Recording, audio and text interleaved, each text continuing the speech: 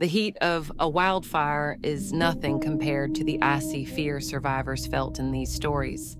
From ghostly warnings before the flames arrive to terrifying encounters within the smoke, these are true accounts of horror that will keep you up at night.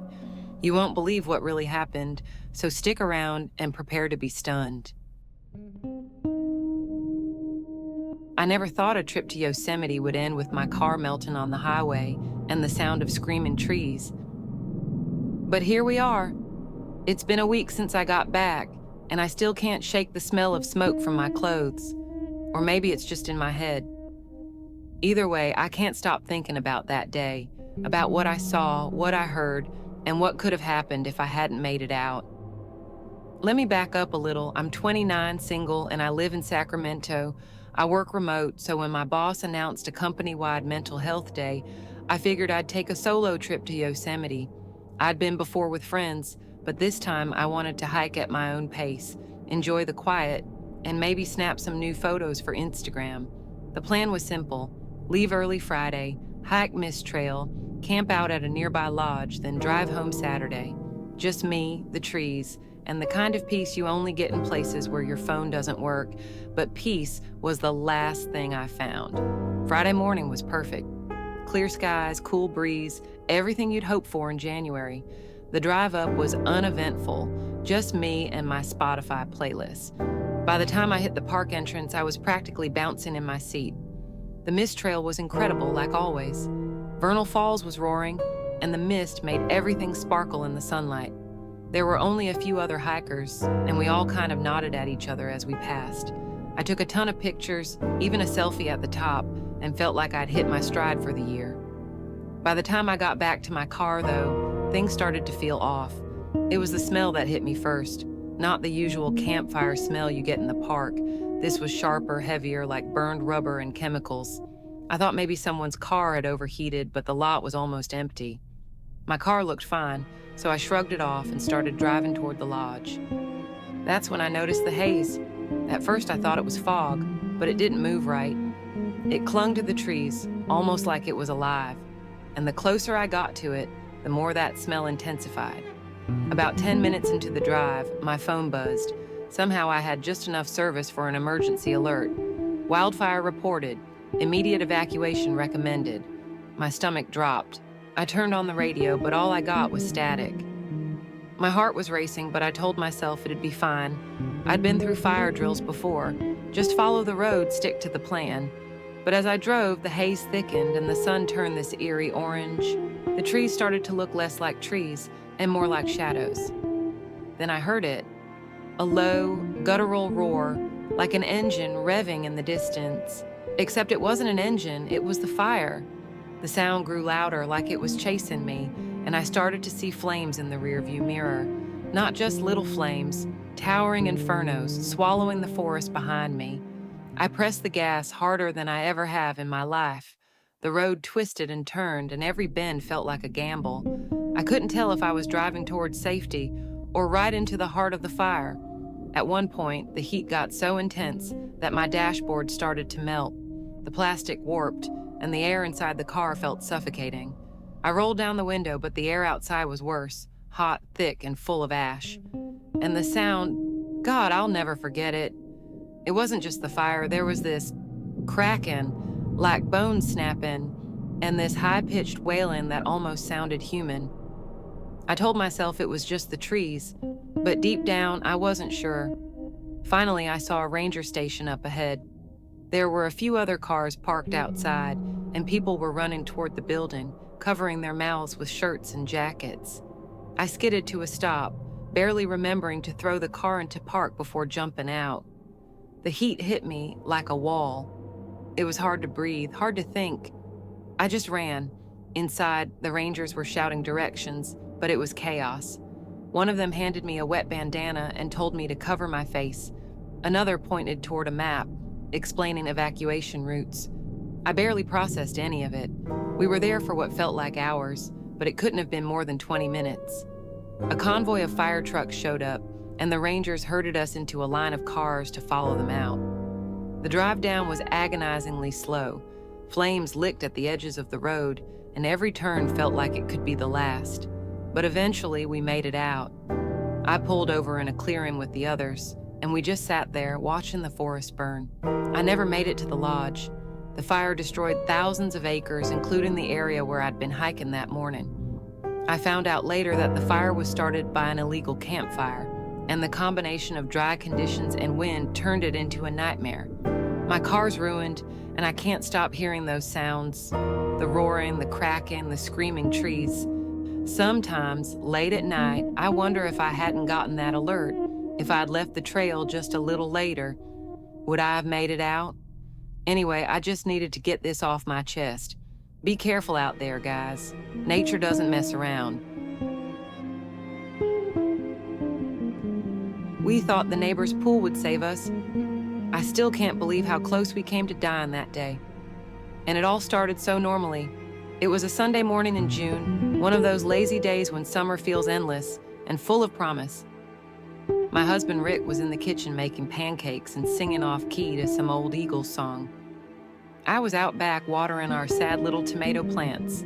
They weren't exactly thriving, but we kept trying. We had a nice place in Paradise Valley, California. You know the type of neighborhood. Everyone smiles and waves, but nobody really talks. The wind hit before we noticed the smoke. It came out of nowhere, almost yanking the hose right out of my hands. Hot and harsh, like standing in front of an open oven.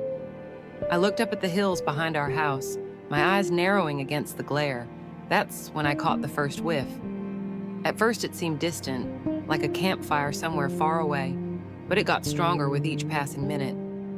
I called for Rick, and by the time he made it outside, smoke was already creeping over the ridgeline. "We should call someone," I said. Rick shook his head. "This is California, Sarah. They know." He was right. We could hear sirens within minutes. But the smoke kept getting thicker, burning my throat and turning the sky this horrible muddy orange color. Then the embers started falling. They looked harmless at first, just tiny bits of ash drifting down. But they were landing everywhere, covering the patio, the grass, our little garden shed. Rick grabbed the hose and started spraying everything in sight. My hands were shaking so badly I could barely type a message to my sister when I ran inside for my phone. "Fire close. Don't know how bad yet. We'll keep you updated." When I got back outside, the embers had turned into burning chunks, landing on our dry lawn with angry sizzles. The heat pressed against my skin like a physical force. Rick grabbed my arm. "We need to go." I nodded, but when we ran inside for our essentials, we discovered the power was dead. No power meant no way to open the garage door. Our car was trapped inside. Rick tried forcing the door up manually, but it wouldn't budge an inch. "Damn it," he shouted, his voice breaking. I saw the fear in his eyes and felt it mirrored in my chest, this creeping terror, even as the air around us turned to fire. That's when David and Melissa, from 2 houses down, came running over. We barely knew them, but their faces showed the same panic we were feeling. "The fire's coming fast," David yelled. "It's already crossed the ridge." Rick ran his fingers through his hair, staring at the hills behind us. The flames were clearly visible now, racing through the trees like they were kindling. "We'll head to the pool," Melissa said. "It's safer there." The pool. Just hearing those words felt like finding an escape hatch. Water meant safety, protection, a chance. We grabbed what we could carry, phones, water bottles, our dog, and followed them. The pool belonged to the family on the corner who'd already left town. It was Olympic-sized and surrounded by concrete. The smoke was so thick by the time we reached it that I could barely see. The flames were hidden, but I could hear them, this deep, hungry roar that seemed to come from everywhere at once. We jumped in. The water felt like ice compared to the burning air. I held onto the edge, kicking to stay afloat, clutching Rick's hand like a lifeline. David and Melissa were across from us, their faces barely visible through the smoke. For one brief moment, I thought we'd found safety. Then the wind changed direction. Smoke poured over us like a heavy blanket. The heat was unbearable. Even underwater, my skin felt like it was burning. Every breath scraped my throat raw. Melissa's scream cut through the roar of the flames. "It's too close. We're not gonna make it." Rick's face was black with soot, twisted with fear. "We need to move, now." We hauled ourselves out of the pool, choking and stumbling. I still don't know how we made it to the street through that inferno. A fire truck thundered past and someone pulled us into their car. We drove for what felt like hours, watching our world burn in the rearview mirror. The pool didn't save us. Nothing could have stopped that fire. I still bolt awake some nights, gasping for breath, Melissa's terrified voice ringing in my ears. We lost our house, our neighborhood, everything we owned, but we didn't lose each other. Some days, that has to be enough. I'm still trying to wrap my head around what happened. It feels like a bad dream, but the smell of smoke in my hair and updates from neighbors remind me it was real. I wasn't planning to share this, but maybe sharing it will help someone else be prepared, because I wasn't. I live in Altadena, California, at the base of the San Gabriel Mountains. It's a peaceful place where you can hear crickets at night and see kids riding bikes during the day. Wildfires are something we're aware of, but they always seem distant, like someone else's problem, especially in January. Fires in January weren't even on my radar. That changed on January 7th, 2025. Everything I thought I knew about wildfires went up in smoke, literally. It was a Tuesday evening. My husband, Mark, was out of town, leaving me with our 2 kids, Liam and Sophie, and our dog, Rocky. The day had been normal, school drop-offs, work emails, dinner plans. I was in the kitchen when I noticed the sky. It wasn't sunset, it was orange. A thick, murky orange. Outside, the smell of smoke hit me, strong and bitter. I've been hearing about the Eaton fire all week, but it was miles away. Low risk, the evacuation map said. So why did it feel like the fire was breathing down my neck? I grabbed my phone and refreshed the alerts. My heart sank when I saw mandatory evacuation for Altadena, leave immediately. Panic doesn't hit all at once. It creeps in like the heat from a fire. I ran inside yelling, "Kids, pack some things, quick!" I tried to sound calm, but my voice cracked. "We're going on an adventure," I said, forcing a smile. They stared at me, confused. I threw clothes, documents, water, and dog food into a bag. My hands were shaking so badly I nearly dropped the car keys. As we pulled out, the streets were chaos. Cars jammed the roads, people were honking and shouting, and the sky looked like something out of a disaster movie. The evacuation map I'd been relying on felt useless. Roads marked safe were blocked, and the fire was moving faster than anyone expected. We got stuck in gridlock a mile from home, brake lights stretched forever. In the rearview mirror, I saw a wall of fire crest the hill behind us. It was closer than I'd thought. Embers swirled like fireflies, landing on cars and melting paint. I gripped the wheel, my mind racing. What do I do? Abandon the car? Run with the kids? Where would we even go? That's when I heard someone shouting. A man was weaving between cars, yelling, "Turn around, there's a side road, follow me." I didn't think, I just reacted. I threw the car into reverse, narrowly missing the SUV behind me, and managed to turn onto a dirt road. A handful of cars followed. The road was narrow and winding, barely wide enough for one car. Smoke stung my eyes and lungs. Embers rained down, and the heat was suffocating. Liam and Sophie were quiet in the back seat, too quiet. Rocky whimpered softly, pacing. "It's okay," I kept saying, though I wasn't sure if I believed it. After what felt like forever, we reached a main road where fire trucks and police were directing traffic. We'd made it out, barely. We ended up at an evacuation center in Pasadena. The gym was packed with evacuees, each with a story. A man said he'd seen his neighbor's house explode. A woman clutched a cat carrier, tears streaming, saying she'd had to leave her other pets behind. The fire didn't just destroy homes, it shattered lives. The next day, we learned our house was gone. The whole neighborhood was gone. 10 years of memories, birthdays, holidays, first steps, vanished. I keep thinking about the man who told me to turn around. I never got his name. Maybe he was just another evacuee trying to help. Or maybe, I don't know, without him, we wouldn't have made it out. If I've learned one thing, it's that nature doesn't follow our rules. Evacuation maps and fire predictions are guidelines, not guarantees. Trust your gut, be prepared, don't wait. I'm writing this from a friend's guest room. Liam and Sophie are asleep beside me, Rocky curled at my feet. We're safe, and that's what matters. But late at night, I still see that wall of fire in my rearview mirror. How close did we really come? I used to think the scariest part of a fire was the flames, until I learned how fast the smoke can trap you. There's something terrifying about being in danger but not seeing it. Flames? You can run from those. Smoke? It creeps up silently, smothering you before you realize it. I live in Shingle Springs, a small town in the Sierra Nevada foothills. My husband Eric works as a contractor, and I'm a teacher at the local elementary school. We've lived here our whole lives, raising our kids, Ellie and Sam, in a house surrounded by oak trees. Fires aren't new to us, but this time was different. It started Tuesday afternoon, January 7th. I was grading papers at the kitchen table when I smelled smoke. This is California, after all, but it felt early in the year for a wildfire. I checked the news. There was a fire about 10 miles away. No threat to structures, they said, so I went back to my papers.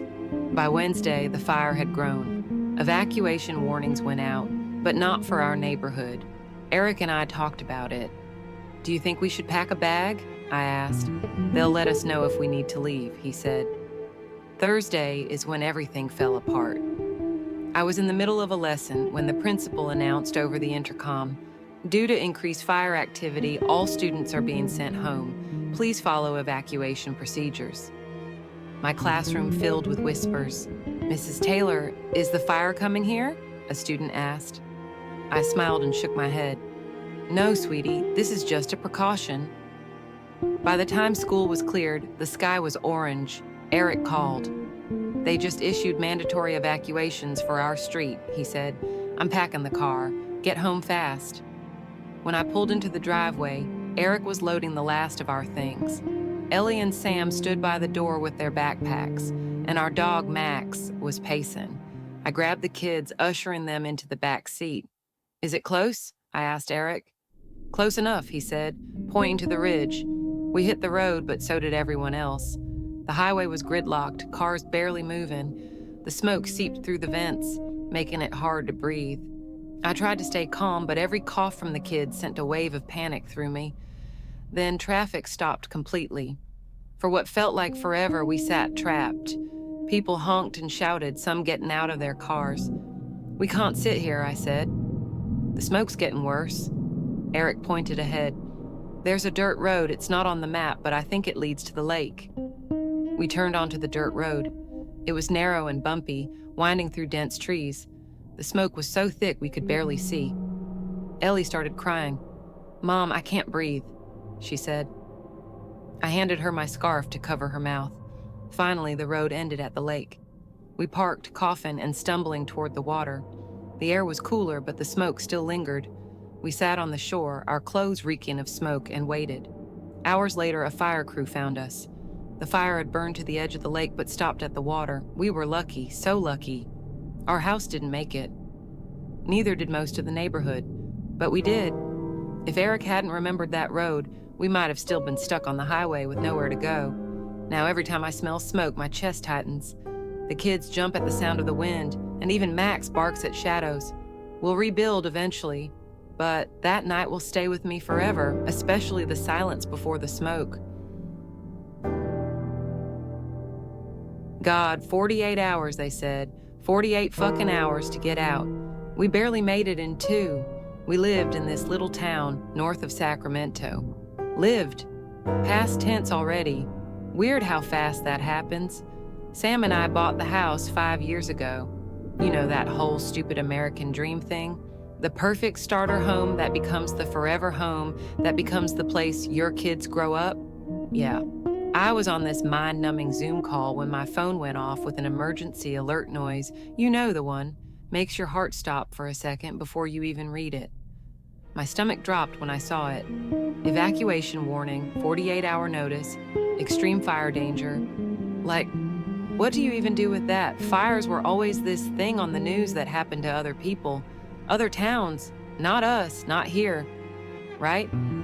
Sam got home, and I could tell he was freaking out, but trying to act all calm for my sake. "Should we pack?" I asked. He just shrugged it off.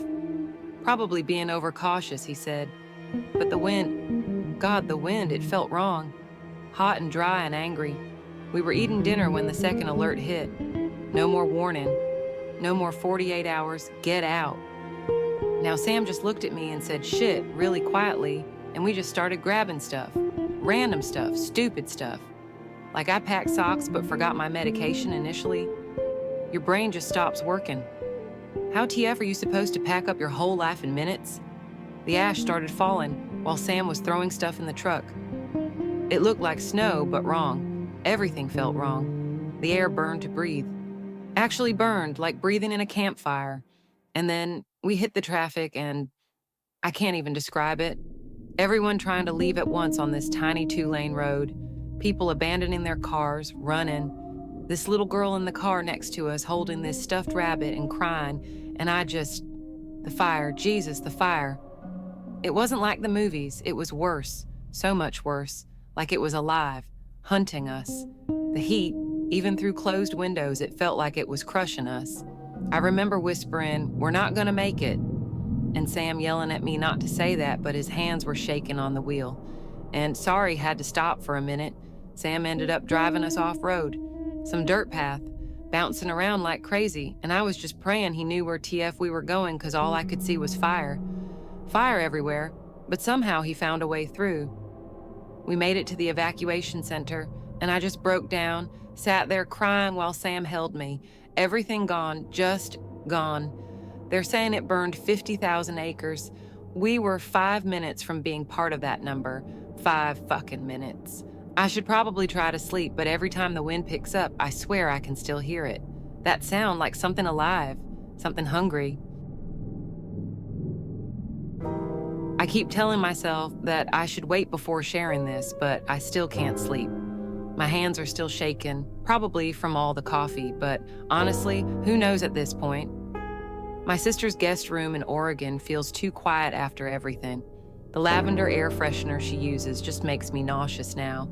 I don't even know where to start. It was just another normal night 2 days ago. You know the drill, fighting with Chloe about bedtime. My 6-year-old could negotiate with world leaders about just one more story. Half watching the news while scrolling through Instagram. They were talking about fire warnings again. I remember rolling my eyes. Living in California, you get kind of numb to it all. But something felt off that night. The wind had this weird energy to it, if that makes sense. Like when you can feel a thunderstorm coming, except different. Drier, meaner. I got the first alert around 10 p.m. Evacuation warning, South Side neighborhoods. Whatever, that's miles from us, right?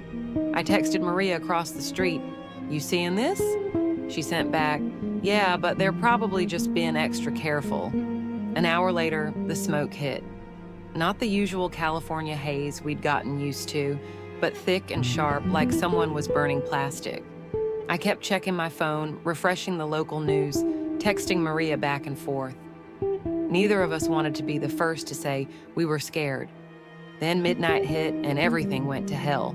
The evacuation order popped up on my phone and I swear my heart stopped. "Leave immediately," in all caps. Funny how 3 syllables can turn your whole world upside down.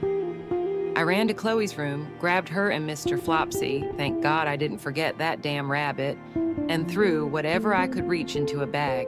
Through the window, I could see Maria doing the same thing, her boys Tommy and Alex looking so small with their backpacks. The streets were absolute chaos. You always think you know how you'll react in an emergency, but let me tell you, nothing prepares you for seeing your entire neighborhood trying to escape at once. The smoke was getting thicker, and Chloe kept coughing in the back seat. I told her we were going on an adventure, but my voice was shaking so bad I don't think she bought it. And then, well, I haven't told anyone else this part. Maybe it was the smoke or the stress, or the fact that I hadn't slept in 20 hours. But when we got stuck in traffic near the Palmer Road exit, I saw something I can't explain. There was this man just standing there. While everyone else was panicking, honking, trying to get out, he was perfectly still, watching. He smiled at me, not a friendly smile, not a reassuring one. The kind of smile that makes your skin crawl. Maria's horn snapped me out of it. When I looked back, he was gone, just vanished into smoke that was so thick you couldn't see 10 feet ahead. We made it to the shelter around 3 a.m. Chloe passed out immediately, still clutching Mr. Flopsy. Maria's boys were on the cot next to us, finally quiet after hours of crying. I should have been exhausted, but I couldn't close my eyes. Every time I did, I saw that smile. The fire changed direction overnight. Our house has survived. Miracle of miracles. But the Richards place is gone. So is half of Oak Street.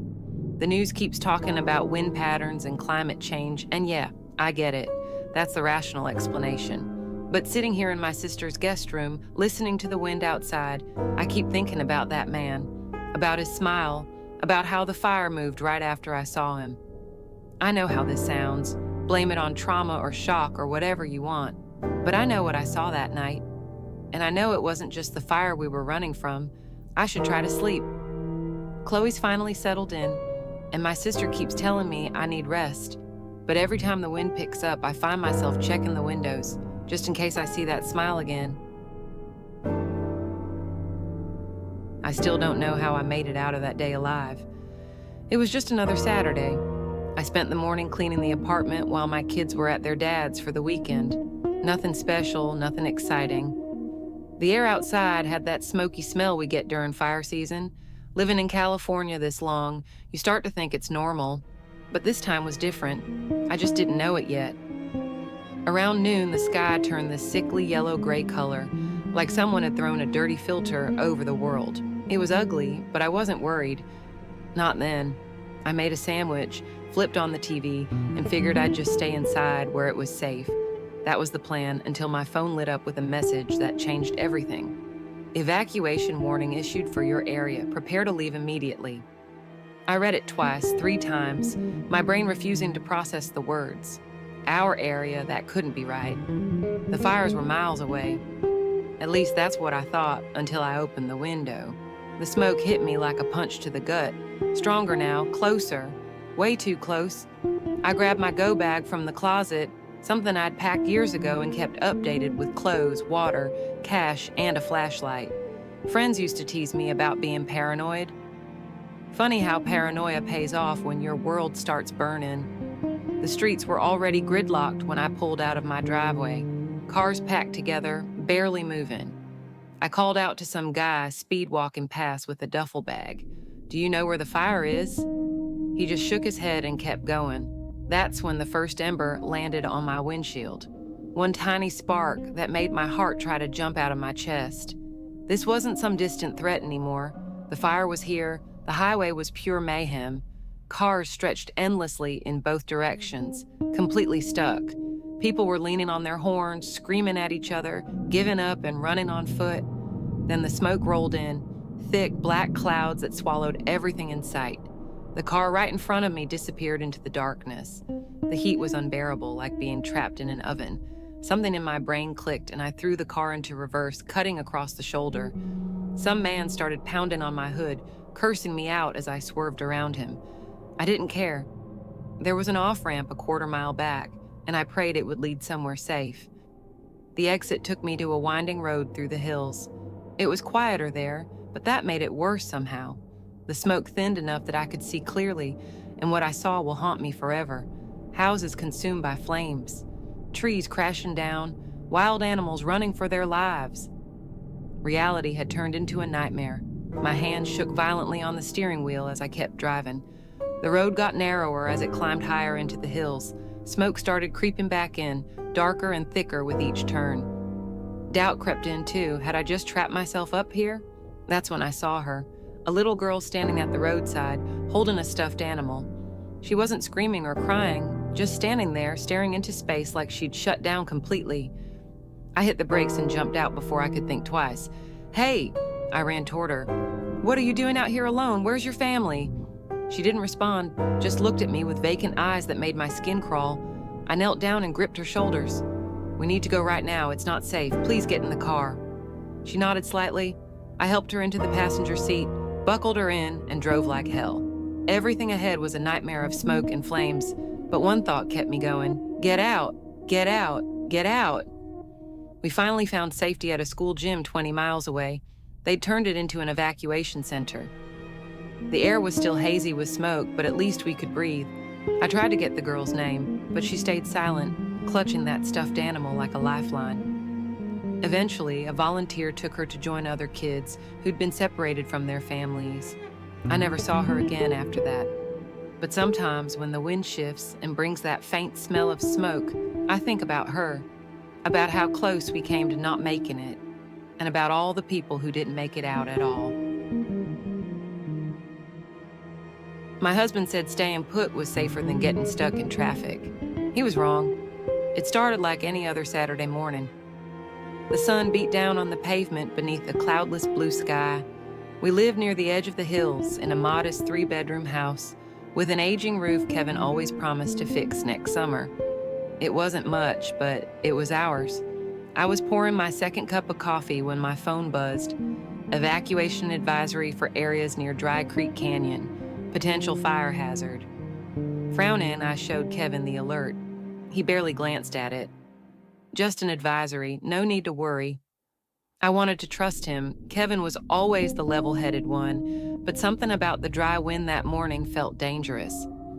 Still, I pushed the thought aside. By noon, the blue sky had vanished, replaced by a gray haze. Bits of ash drifted down like dirty snow. Outside, our neighbors, the Parkers, were loading their SUV. "You leaving?" I called out. "They're saying it's moving faster than expected," Mrs. Parker replied, her hands shaking as she buckled her youngest into a car seat. "It'll pass," Kevin said from behind me. "Traffic's probably backed up for miles." "Rather be stuck in traffic than stuck here," Mr. Parker muttered before they drove off. "Maybe we should pack some essentials," I said to Kevin. "We're fine," he insisted. "Safer to stay put." I tried to keep busy, folding laundry, organizing drawers, but the knot in my stomach grew. By late afternoon, the power cut out, and real fear crept in. I lit candles and found Kevin gripping his phone. "Wind changed direction," he said. "Fire's closer than they predicted." "We have to leave," I said. He hesitated, then nodded. I grabbed our emergency bag, stuffed in photo albums, documents, and snacks for the kids, and told Kevin to get them in the car. An orange glow tainted the sky as we backed out of the driveway. Ash covered the windshield faster than the wipers could clear it.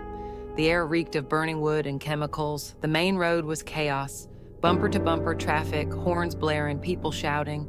We inched forward while the fire's reflection grew brighter in my mirrors. In the back seat, Mia cried, "Mommy, I'm scared." "We'll be okay," I lied, my voice trembling. Traffic stopped completely. People left their cars to see what was blocking the road. Kevin jumped out, leaving me clutching the wheel. That's when the wind shifted again. The fire wasn't just behind us, it was racing down the hillside, fast and hungry. Heat pressed against the car doors. People screamed and ran, abandoning everything. Kevin wrenched my door open. "We have to run. Now." "Leave the car?" I asked, my voice too high.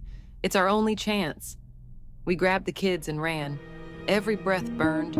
I squeezed Mia's hand too hard, but I couldn't let go. Kevin carried Jack over his shoulder. We ran until our legs gave out, flames roaring behind us. We reached a clearing, an empty field the fire hadn't touched. Other families were there too, coughing and gasping in the smoke, faces streaked with soot and tears.